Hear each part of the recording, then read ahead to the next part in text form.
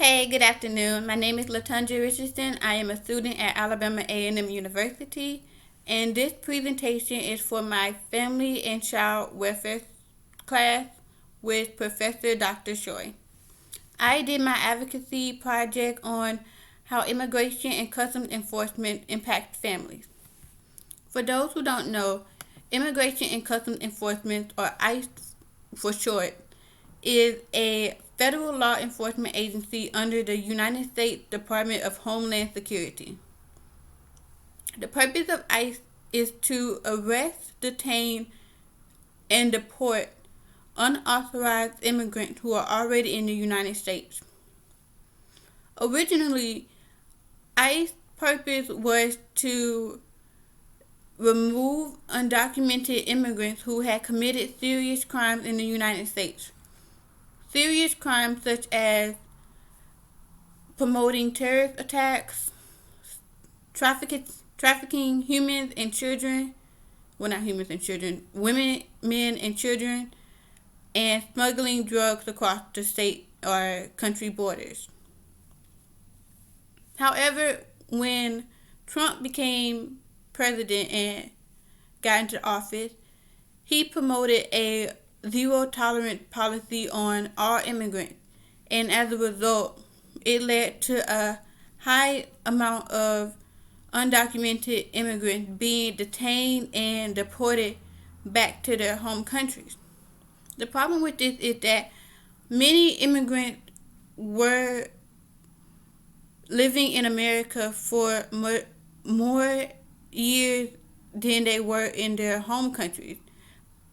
For some people, they were brought to America as small children by their parents, and then they grew up in America, got jobs in America, and created their own families.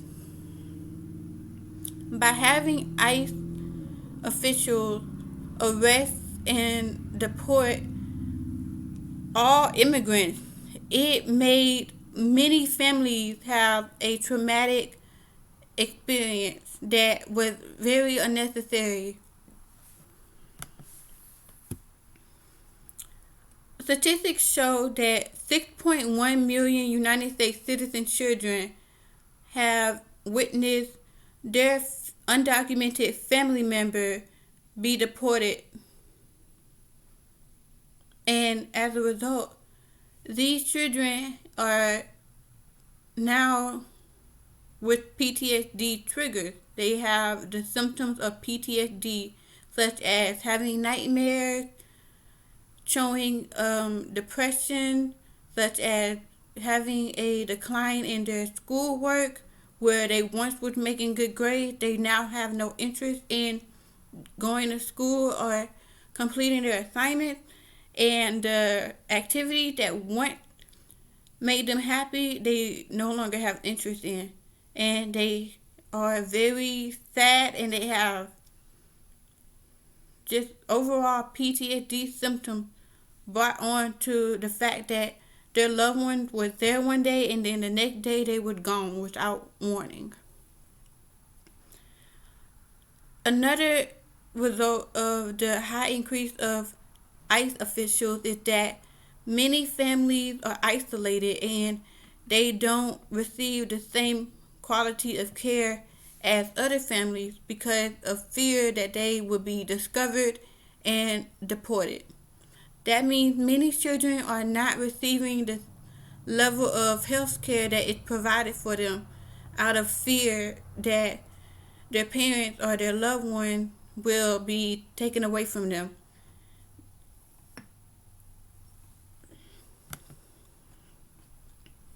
Another problem with ICE that impacts families is that immigration enforcement ignore parental rights. Due to the quick level of being detained and arrested, many parents or guardians are not able to arrange child care for their children who they leaving behind when they are discovered without documentation. That means that their children are being placed in the foster care system, and as a result, we see an increase of children in the foster care system, and we see a decrease of homes provided for children who are in the system.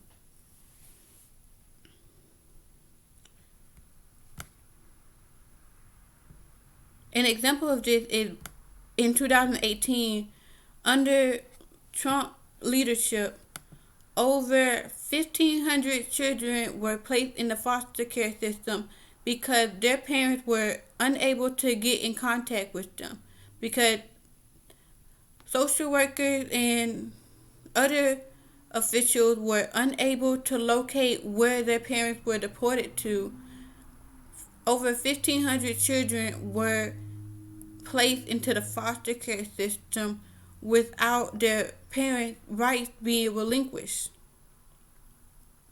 We would not know if their parents wanted them to go back to their home country with them or not, because the parents were not able to be in contact.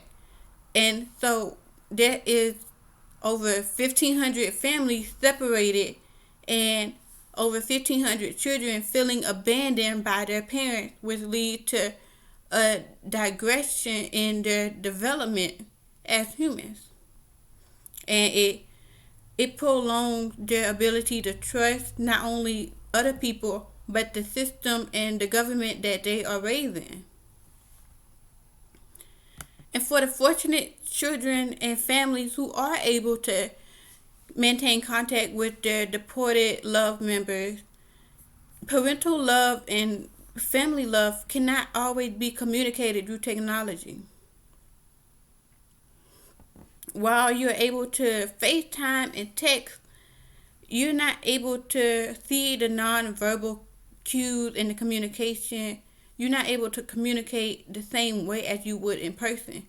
And many people are not financially able to travel to wherever their loved one is deported to, because they are already trying to make up for the loss of income that would once taken care of by their deported loved one. Back when their deported loved one was working, and in America they were providing money and contributing money to them, but now that they're deported, it just means an increase of it just means that there are more things to be paid for and less income coming their way, basically. And also, another thing is that in third world countries, the pay is less than in America, which means that if their loved ones are able to find jobs in their country, they're still not contributing as much money as they would have if they were still working in America. And the cost of traveling in other countries is high. Like, plane tickets alone is over $1,000 to go to places like Guatemala and in countries in South America. And that's just for one person. So if you're trying to have a whole family there, that can be months worth of saving. And for the people who are deported to their home country, they are not able to come back to America until a certain set number of years, depending on their case.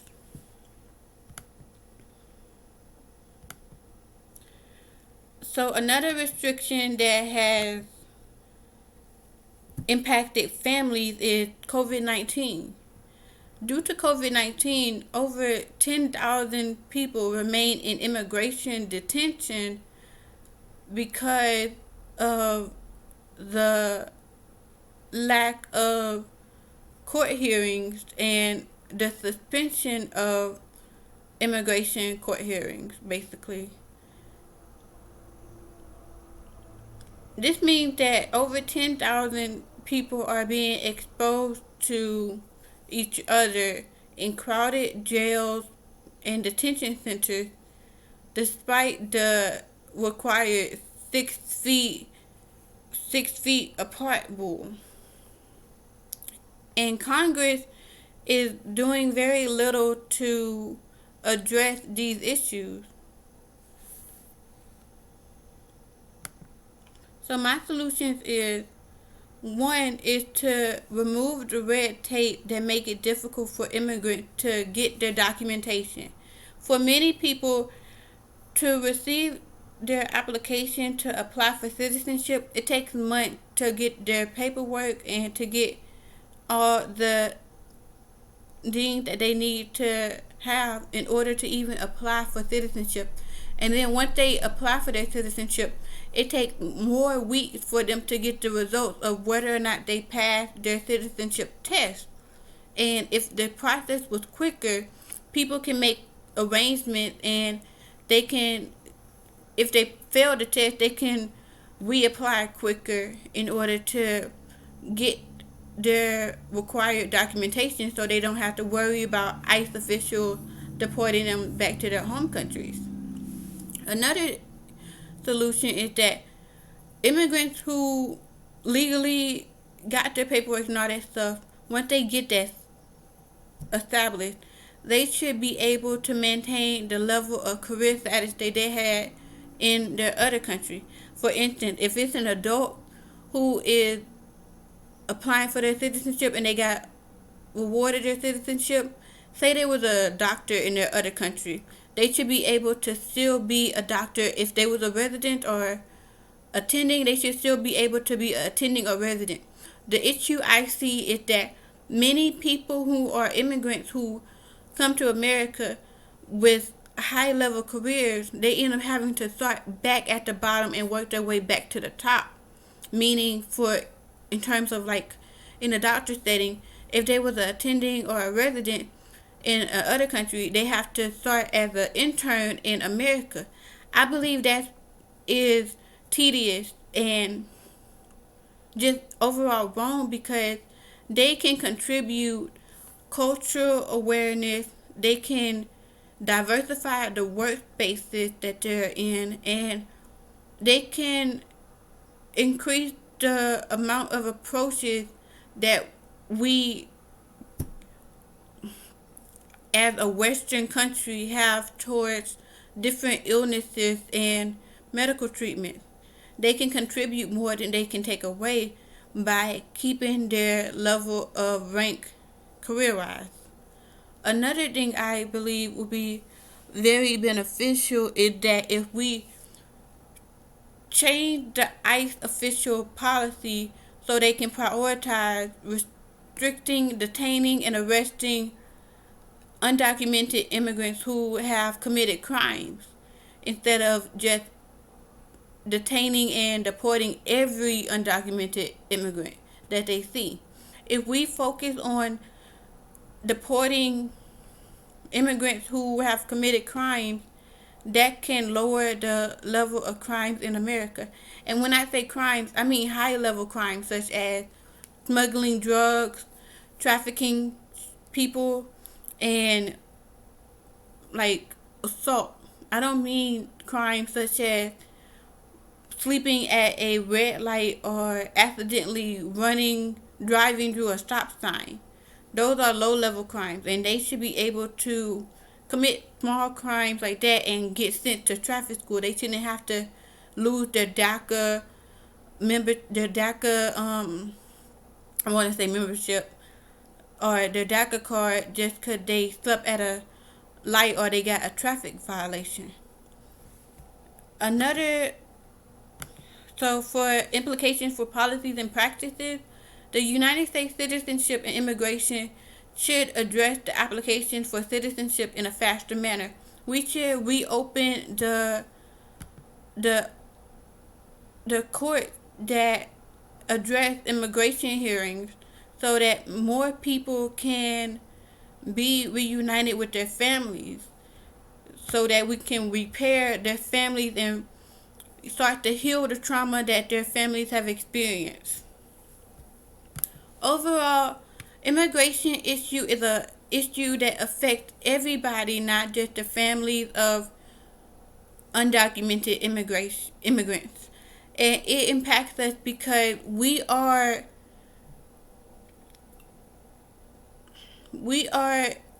friends with these people. We are colleagues with these people. We go to school. We go to work. We see so many people who are impacted by the immigration law that it is impossible for us to not be impacted as witnesses of injustice. Thank you for watching to the end, and I hope y'all have a great day.